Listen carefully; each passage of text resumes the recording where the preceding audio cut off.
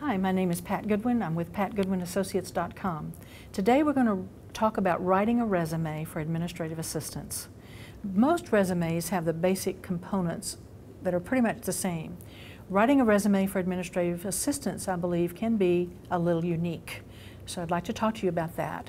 At the top of the page, you would have your name centered, all caps and bold, and I would suggest about a 10-point, 11-point. And then you would have your contact information.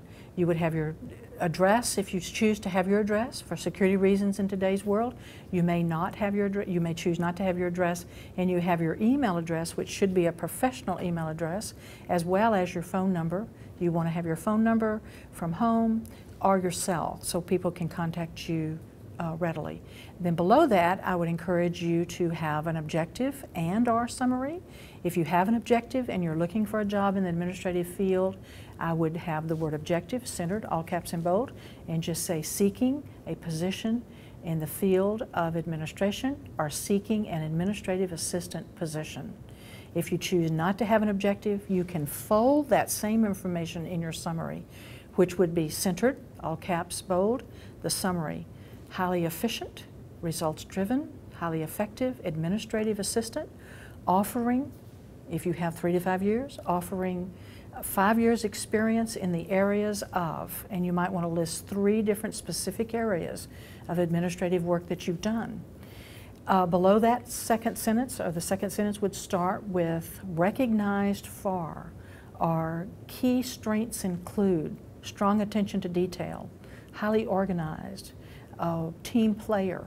So who are you personally that they can end up determining how you work and how you think. Below that you would have your professional experience centered in bold.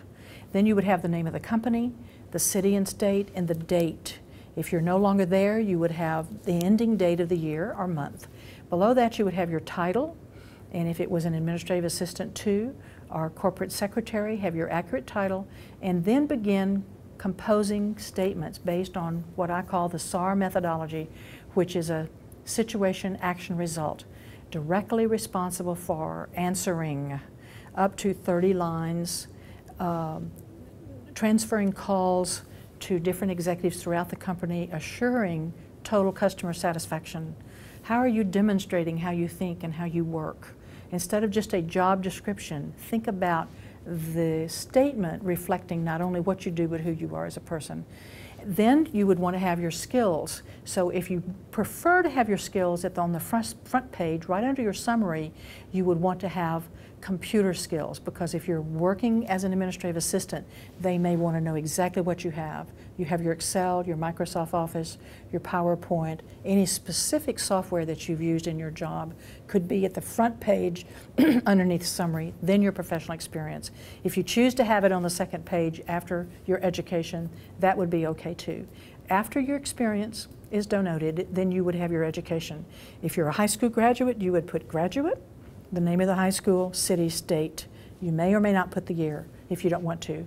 If you've had any certifications, if you've had any special training, if you've had any leadership training, you want to put that underneath professional development / training. And that's how you build a resume for administrative assistants.